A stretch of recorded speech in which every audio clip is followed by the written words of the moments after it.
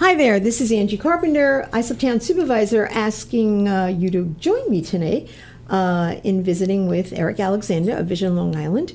We are here in the studios of Long Island News Radio at Long Island MacArthur Airport. A really neat place to be, an exciting place to be, especially today, and I'll share a little bit of that later. But Eric, thank you so much for joining us. Great to be here. Yeah. Thanks for having me. Yeah, it's neat. Yeah. It's a lot of fun. Yeah. And so hopefully you're going to share with us a little bit about the history of Vision Long Island, how it started, how you got involved, and so go. Sure. No, great to be here. Thank you, Supervisor. Vision Long Island. We've actually formed in Huntington. We were Vision Huntington back in the mid '90s. We were simply trying to revitalize our downtown up in Huntington Village, and we just formed a not-for-profit that focused on downtown redevelopment. Preserving historic buildings, trying to get more walkability in the downtown area. And so once we got some progress in downtown Huntington, we traveled. We went on the road, changed our name to Vision Long Island. So we're a not-for-profit 501c3. We do essentially downtown redevelopment planning. We lobby for infrastructure funds. And we do downtown plans where we do visionings and charrettes. We've done a couple in Islip and Bayshore Marina, where we did, and Central Islip. But we've worked in Farmingdale. We've worked in, I mentioned downtown Huntington. We've worked in Mineola, Westbury, a little bit in Riverhead. We've really been in a number of places in Brookhaven. So we've really kind of been all over the island. 75 communities we've done presentations in, 25 communities we've done plans in. I think 2,200 presentations. And then we go to Washington and Albany to lobby for funds to try to get infrastructure. On Long Island, we don't always get our fair share of dollars. That's for sure, and that's nothing new. I mean, I can recall being involved, as a former business owner. I was very active in the Long Island Association in their small business committee, and making a number of trips to Albany to lobby for our fair share. In fact, we had a group called CLOUT, Committee to Legislate for, and I forget what the rest of the acronym was. I like that. But, because we just are not, and still to this day, do not get back to the island the amount of dollars we send to Albany. So, there's something a little bit askew with that. Yeah, I mean, it's like 10% of, 10% back for transportation, 10% back for economic development, 3% back for sewers. And when you look at what our population is and then what we pay in taxes, it just, the math doesn't work in our favor. Yeah, I was hoping that we were going to be successful in getting some of those dollars back to Long Island, in particular to the town of Islip and Central Islip, because we had aggressively applied for the downtown revitalization grant, the $10 million, and we really, really were very hopeful that we were going to get it for Central Islip. We had applied last year, so this is the second time we were going back with the application, and had a tremendous amount of support from a lot of, electeds and organizations. And it just seemed to make a lot of sense because there's been a lot of investment, as you're aware, in Central Islip, in that hamlet. Right. The town, going back over 30 years, started with the College Woods project, took an area of the hamlet that was just really terrible. It was drug infested, a really terrible, terrible place to be, and absolutely turned that whole neighborhood around, and it's still a lovely, neighborhood. The town, actually, that project wound up being on the National Register down in Washington. They got quite a few awards for it. But we've had a history of investing in communities in the town, and a lot's been invested in CI, and you've got the courthouses there, and Duck Stadium, and a couple of housing projects in New York Tech property, and so forth. And this, I saw it as an opportunity to connect it all. The North and the South. All the investment that's been done in the South. Choro School, of Law is there now. They're talking about building dorms. But the downtown area, and it's right, the train station is right there. There needs to be a connect. and there isn't, so this would have been huge. But Well, there was guess what? stiff We're going competition. back next year. No, I'm it was, not it giving was up. stiff competition 2 years in a row. 20 Yes. really solid applications came Yeah. forward, and I think, I can never speak for the governor or even speculate, but my understanding is that Westbury and Hicksville were on the third track line, and those were important Yeah, I'm sure that investments had for. something to do with it. That having was- said that, they're both incredibly deserving places as well, and Yeah. we lobbied for those as well. I will- We're happy to see those move forward, but we'd love to see CI. You've done great no, work it there. has to happen, and I Yeah. think this was year 2, and so 2 for 2 went to Nassau. So I would say that it's time for Suffolk. Suffolk's turn is up at the bat Yeah. next year, and up at the bat, right down the block from Duck Stadium, we're going to be there. Yeah. It's got to be CI. So Good for putting them you. on notice. Good for you. Letting them know. Let us know how we can help. We're Yeah. not giving up. Yep. But, it's interesting. I can remember when you started a little bit, I was on the legislature at the time, and I always found it interesting that despite the fact that Huntington had and still has a very active, thriving Chamber of Commerce, that an organization like Vision Long Island, that there still was a need for that kind of advocacy and planning, et cetera. Yeah, I mean, we formed. When we formed, it was a little strange for the existing chamber. Well, why is there another group working on economic development? We focus on downtown specifically. We don't focus much on big box stores, strip malls, office parks. We're really about placemaking in the downtown business districts. So we've become a lobbyist for the business districts themselves across Long Island. And that type of economic development is about housing in the downtown, is about specific retail space, restaurants, bars. It's about bringing events and amenities into the downtown itself, not just pro-business everywhere. We're not a trade association, even for builders too. We want to see building in the downtown, but we're not. There's a Long Island Builders Association for building everywhere. We're Contractors, about there's- place-based Yeah. economic development. That's our niche. And there are 40 downtowns on Long Island that are actively pursuing or building downtown projects, and there's another 20 that are trying. And then there's about 30 or 40 that don't want to do anything. We leave them alone. And that's okay. But when we started, there were like 4 or 5. You folks were working on Bay Shore. There's a handful of places doing meaningful work when we started in the mid-90s. And my tenure in government started in '93, and at that point, Bayshore was at its low, absolute lowest. I mean, there was so many vacancies. We had I'm going to call it a lounge bar or whatever it was. It was just a source of a lot of unpleasantness and something not that the community wanted.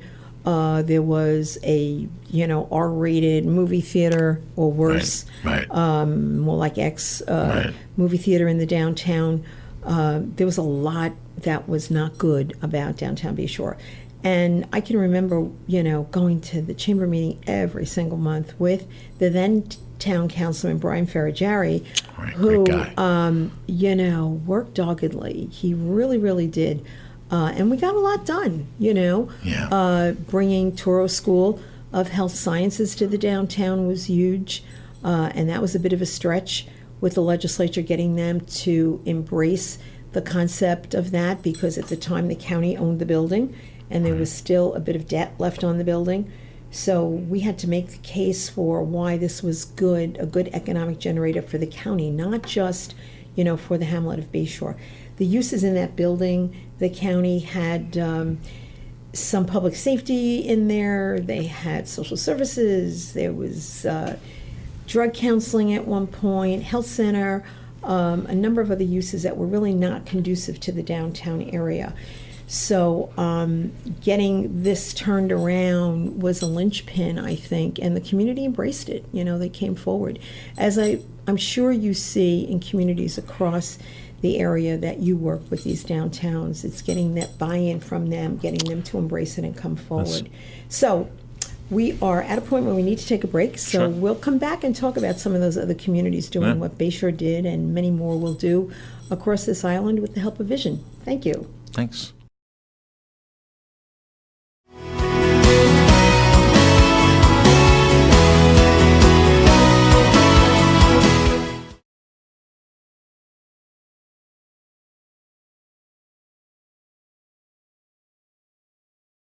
Hi there, this is Angie Carpenter, Supervisor of the Town of Islip, welcoming you to Supervisor Spotlight here in the studios of Long Island News Radio at Long Island MacArthur Airport. And I sort of referred to it a little bit earlier.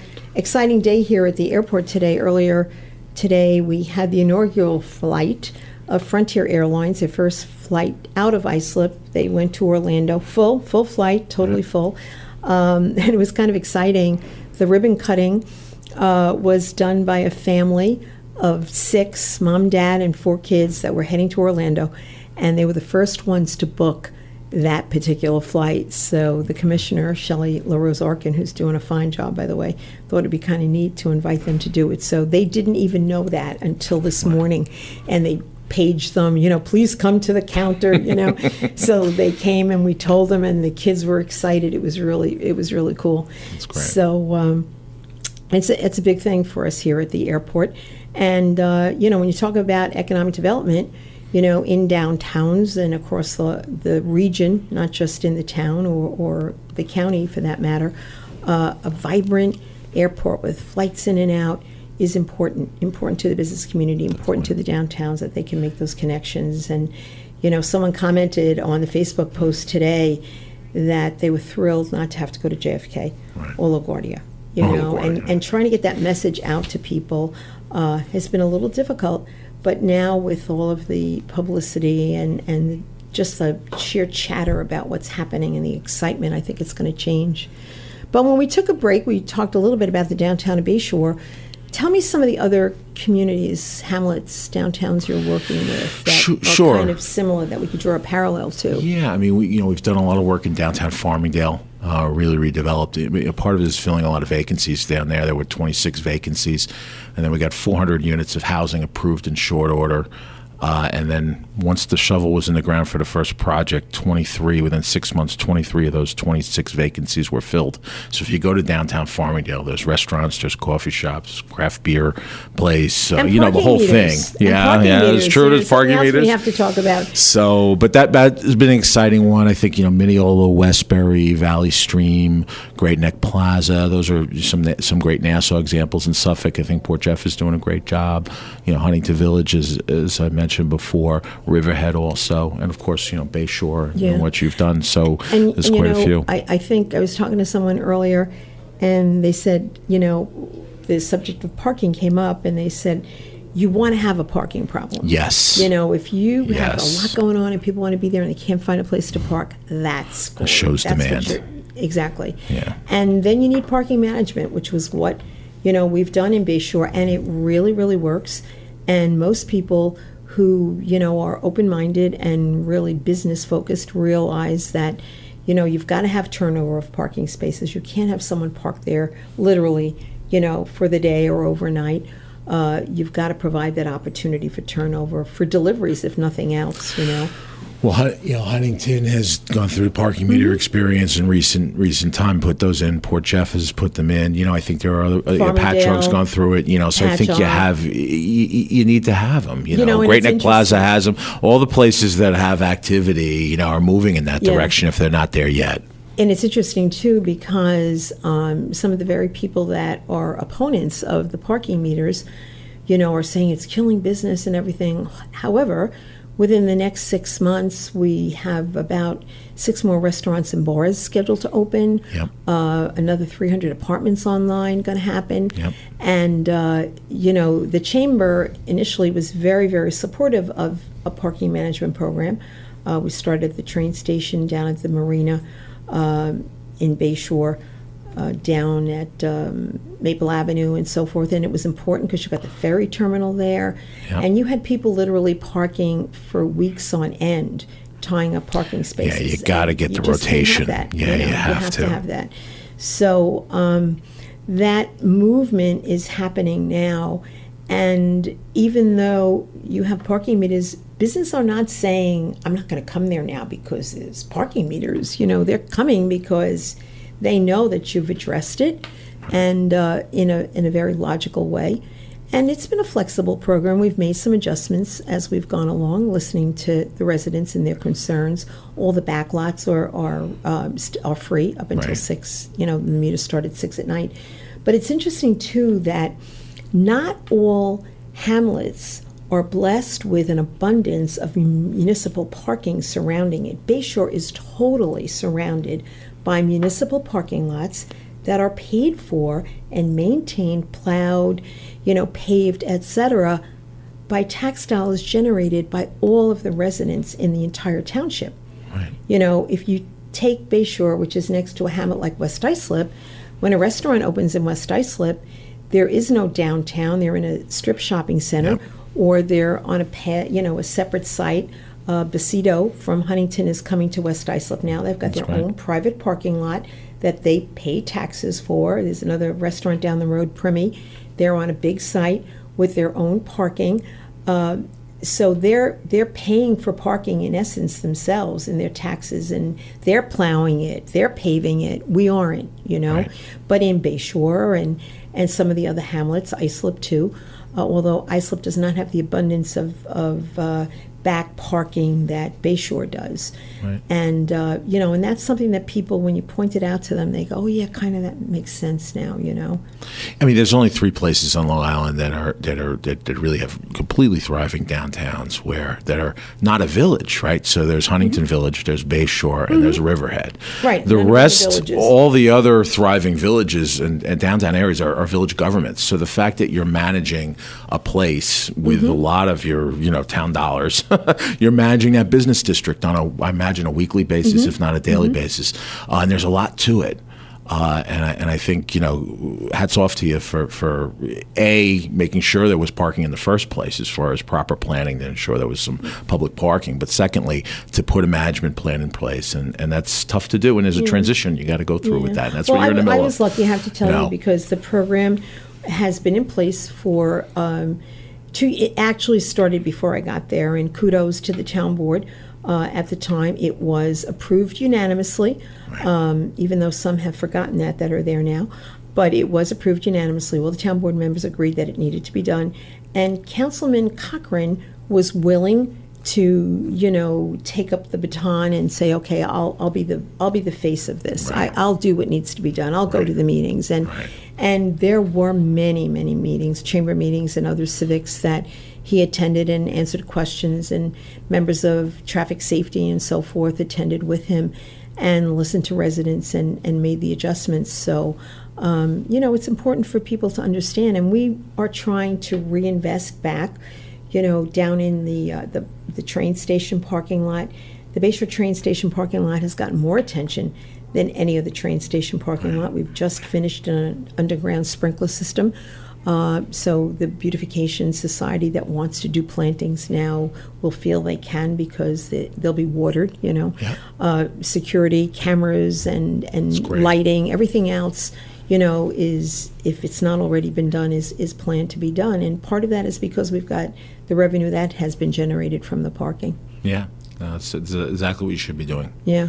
So, and I'm glad you mentioned Riverhead. I spent a number of years working out in Riverhead, and it was very sad to see the decline of that downtown, but delighted to see it coming back. And Supervisor Walter, to his credit, really invested in the strategy of block by block, building by building. And a lot of people critiqued him for that, but that's really worked, that incremental approach. Well, you're always going to have your critics. Yeah. And I think if you come from a place that you really believe you're doing the right thing for the right reasons, you kind of stay focused and you go forward. And at the end of the day, you can say to yourself, well, it's done. And some of those very vocal detractors will say, well, I guess, it's good. It's good. But, well, and in the end, what I've learned about Long Island and living here and working here on these issues for many years is there's no one size fits all solution. Long Island's a community of communities, Absolutely. And we strongly support home rule because local governments have the power to shape, and the public wants the municipalities to shape the future of these areas. And there's going to be different solutions for different communities. Yep, there's not one size fits all, that's for sure. But stay with us. We'll come back in a few moments and hear more from Eric Alexander from Vision Long Island.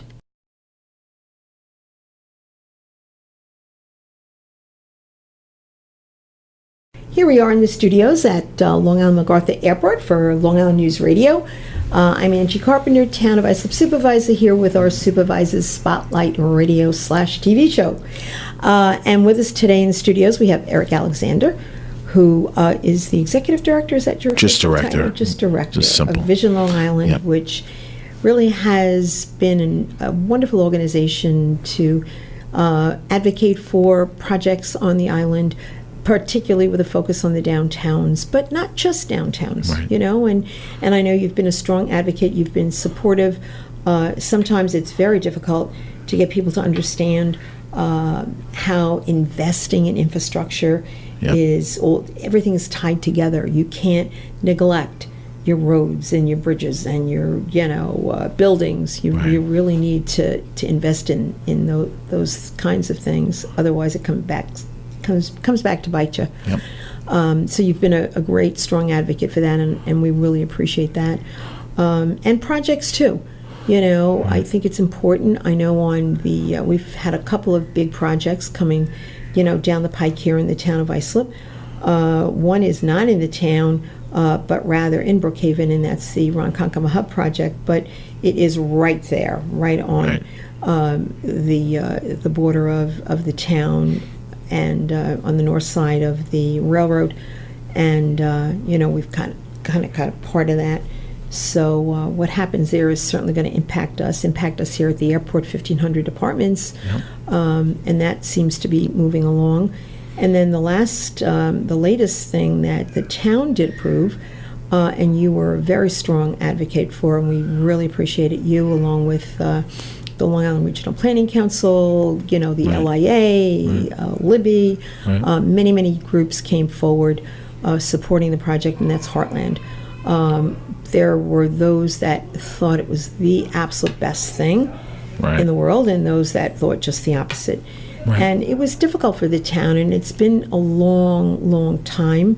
I know the developers, had this vision for 15 years, and it's so ironic for me, because when I was in the legislature is when the developer purchased the property, and it was in my legislative district, the 11th legislative district, and he asked me if I'd come and see what he had in mind after he bought the property. And I can remember seeing those buildings, all those vacant buildings, and once upon a time, and people tend to forget, it was a city. It really was a city with all of those buildings there, the hospital, and all of the employees. There were thousands of people there. That's right. So the thought of the developer purchasing these 452 acres, wanting to do 9,000 units, wasn't all that outlandish, although it certainly is unique to what we know here, on Long Island. But I think what the town, ultimately came up with in approving that first phase was the way to go. We put a lot of little benchmarks in there that need to be met, but I think at the end of the day, it really was the right thing to do, and I think we're going to see that proved out as years, unfold. Yeah, I mean, I can't imagine, the seat you're in on this. You've had to plan this, you and other supervisors in the town and multiple planning staff through the years have had to plan this for multiple years. You've been on the hook as the lead agency for the most complicated project in the history of Long Island since the initial Levittown approvals, right? So when you look at that and the enormity of it, you found the logical place that stands on its own. The Phase 1 project allows for residential, commercial, the retail and the office, as well as public space, and can really be a true town center, and create a new town center, and function as an economic engine. And while you manage the impacts, and I think that was well done. It took many years to get to that place.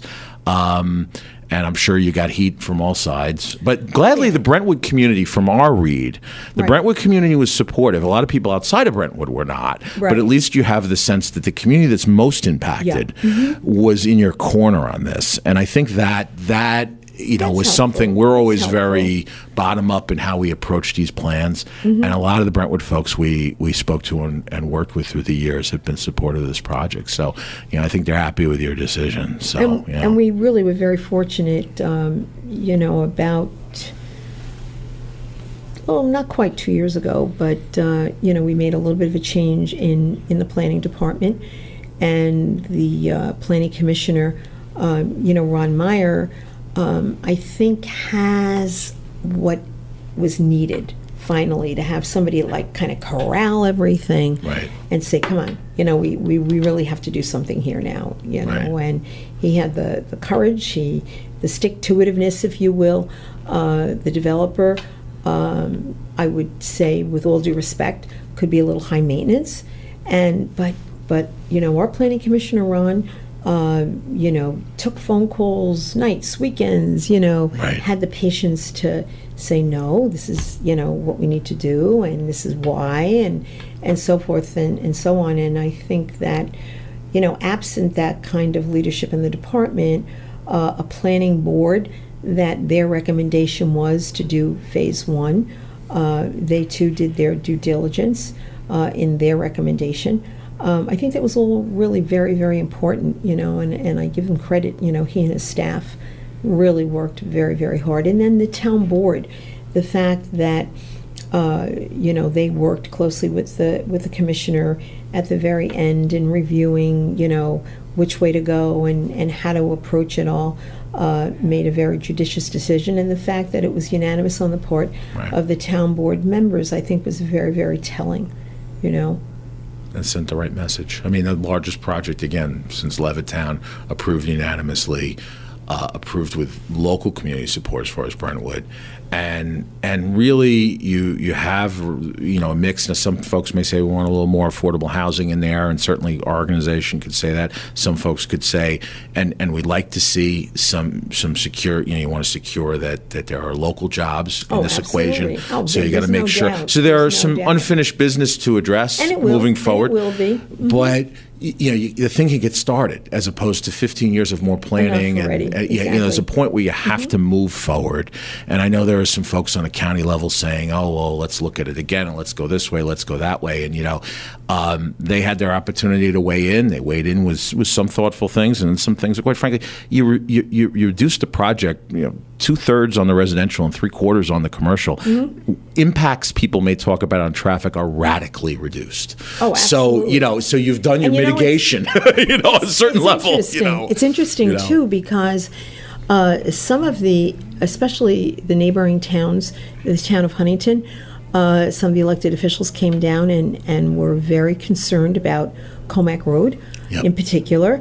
And I still, for the life of me, can't figure out the reasoning behind the County Planning Commission's decision to say that we were required to put a signalization, a traffic signal on Comac Road for a construction entrance. And quite frankly, it is more appropriate on Crooked Hill Road, where it's closer to the project. Yep. It doesn't impact a residential community. There were a number of recommendations that the Planning Commission made that, quite frankly, were not germane to a land use application. We med the decision to set those aside. Some are more appropriate in perhaps an IDA application, if that, is something Right. that's going The to be local down the jobs road. piece. Which Yep. yeah, exactly.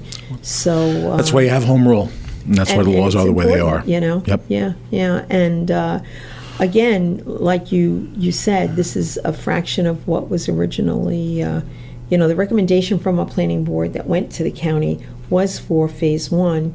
So it was kind of a bit of a surprise to get back an approval for the entire project. Right, Which right. would not fly too well, I don't think. Sure. But you've got a few more seconds. Sure. I'm giving you an opportunity. Tell us about what's coming up for Vision Long So we most importantly, we have our Smart Growth Summit. About 1,200 people are coming out. You joined us last Yes, year. it was awesome. It's at the Crest Hollow Country Club on December 1st. I'd like to invite you, and certainly anyone who's listening, local chamber, local civics, others. We have a State of the Town panel of all the towns and supervisors and many mayors who are doing downtown redevelopment. So we'd love to have you there, Angie. I would love to. Great. Thank you. Yeah, very cool. Great. Well, I thank you so much for coming down today, and thank you for listening and watching Supervisor Spotlight here in the town of Islip. Thank you.